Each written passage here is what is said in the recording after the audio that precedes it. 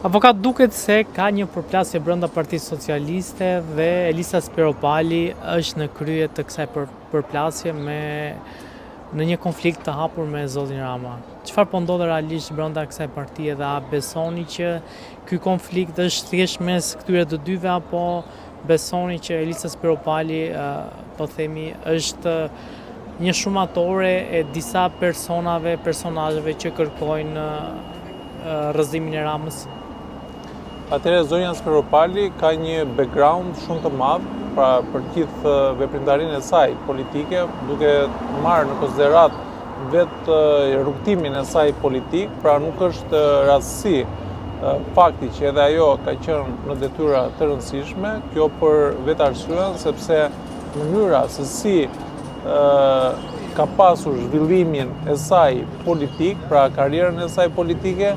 ka qenë gjatë gjithë kohës e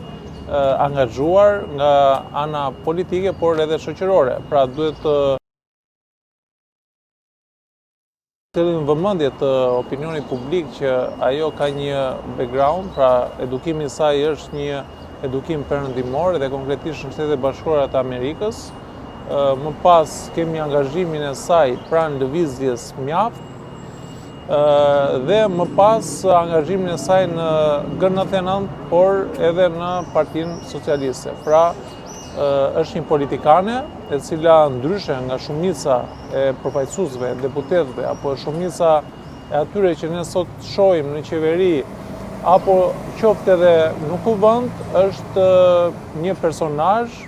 i cili edhe pse në fillimet e veta nuk ka pasur një përvojë administrative për mënyrën se si është angazhuar në detyra të larta publike, tregon që është pra ka një merit të veçantë, pra duke sjell edhe nga shkollimi, por edhe angazhimi i saj duke bërë betejë opozitare apo edhe betejë politike. Ndryshe nga shumica e antarëve të qeverisë, ndryshe nga shumica e deputetëve, të cilët janë përzgjedhur aty vetëm për shkak të saktimit apo më saktë emërimit nga kryeministri, zonja Spiropali, edhe pse është saktuar nga kryetari i partisë apo nga kryeministri zoti Rama, ka një merit të veçantë për shkak të këtij angazhimi. Dhe në këtë kuptim, duke qenë se ajo ka mbajtur marrëdhënie shumë të mira me bazën, pra kudo që ka qenë drejtuese politike, ka qenë në një marrëdhënie shumë të mirë me qytetarët, me bazën, është munduar që të lobojë për zgjedhësit e vet, tregon që ka vlera dhe natyrisht që është një kapital mjaft i madh politik dhe nuk duhet injoruar nga kryeministri Rama, dhe në këtë kuptim natyrisht që ajo ka një mbështetje, pra vlet të gjithë ata të pakënaqur të Partisë Socialiste.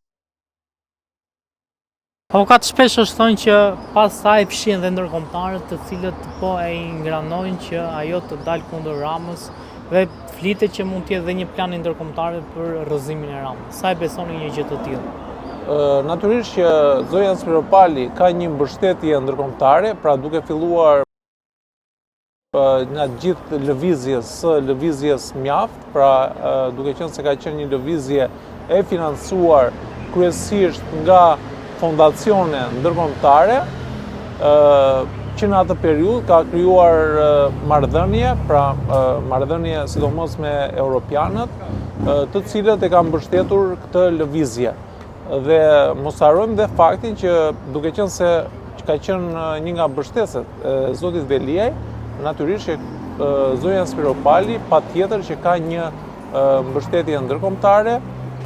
ka treguar karakter, pra për vendosmëri dhe karakter për mënyrën se si ka reaguar, pra qoftë edhe qasjes së saj lidhur me imunitetin, pra duke konsideruar imunitetin e zonjës Balluku si një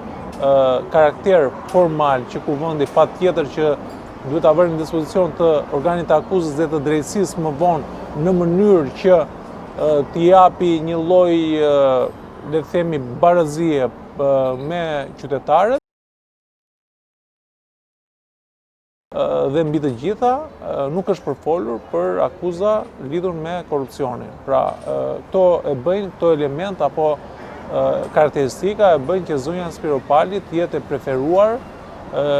e faktorit ndërkombëtar,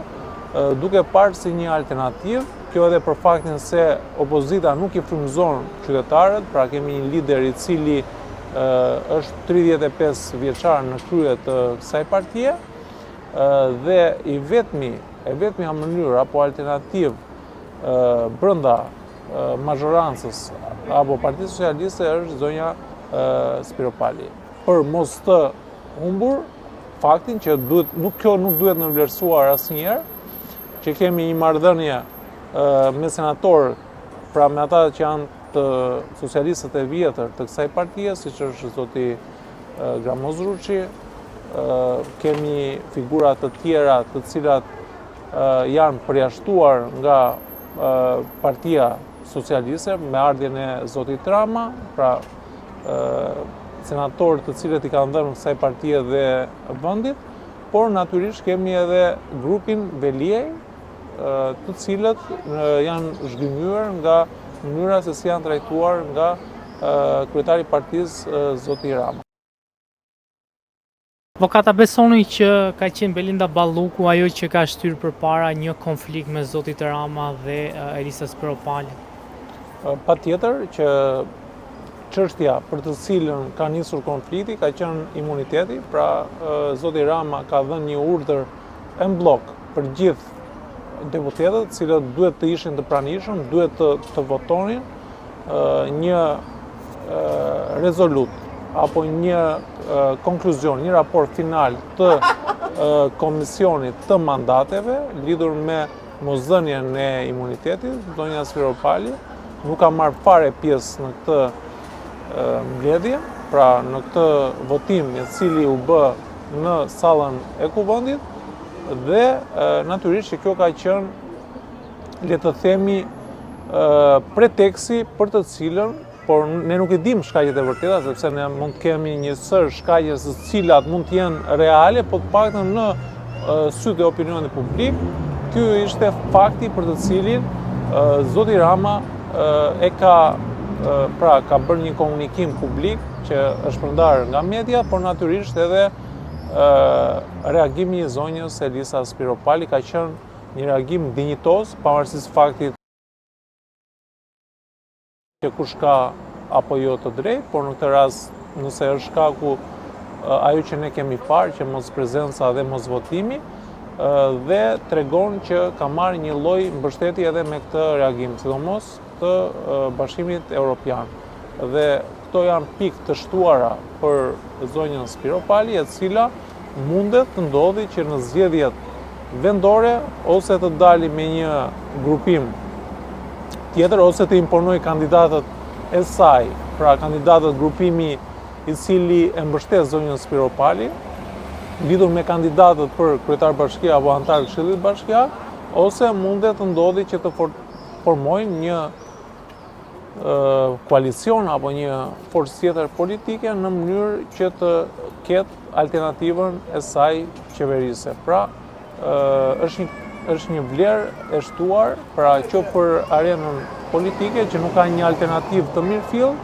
por edhe për vetë Partinë Socialiste nëse do ta pranoj këtë si fraksion apo qoftë si një grupim, presioni i cili do të jetë pozitive në gjithë sjelljen e saj politike për propozimin e kandidatëve të Partisë Socialiste për zgjedhjet lokale. Avokat, faleminderit. Faleminderit.